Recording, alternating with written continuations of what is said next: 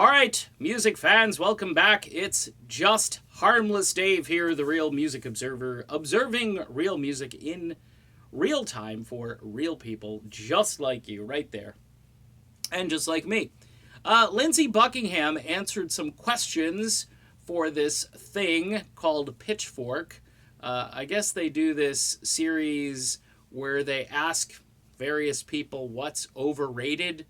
It was kind of funny and interesting, and there was one question that my eyebrows were a little bit raised after listening to the answer.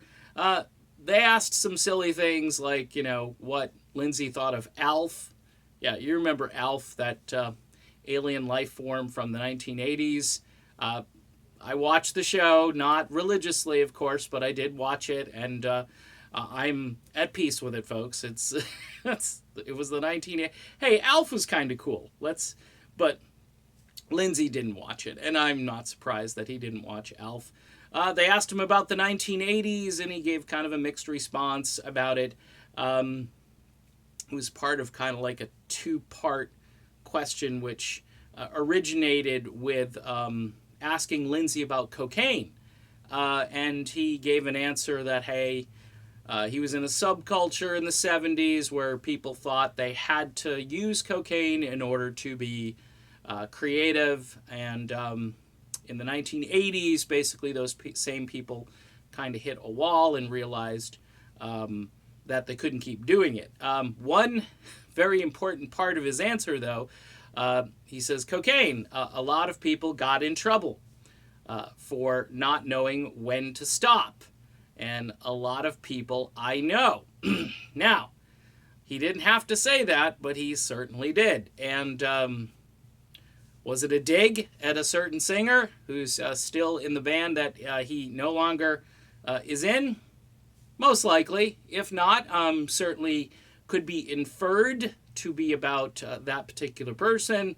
I just thought the answer showed some maturity, that there are a lot of people who are clinging to this particular white powdery substance even unto this day.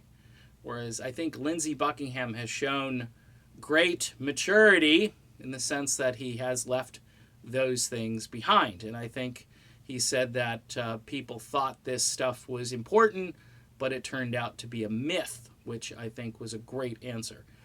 So you can catch this whole little thing on his, I don't know if it's on his Twitter feed. Go back to Lindsey Buckingham on Twitter and just scroll till you find the thing about Pitchfork.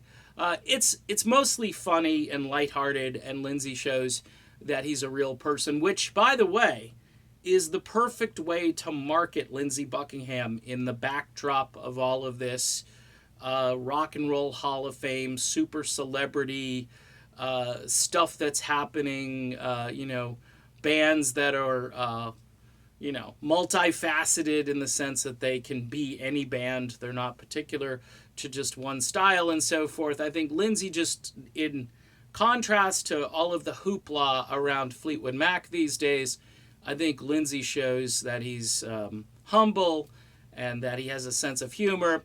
Plus, he likes ABBA, which, I'm a big ABBA fan. So me and Lindsey were on the same page there. In case you wanted to know if I liked ABBA. I mean, if Lindsey likes ABBA, you should probably like ABBA too. Okay, done with this video. Again, you can check it out and, maybe you can make that inference yourself about the cocaine answer. I thought it was a bit of a telling point. All right, done. Be back soon. See you then.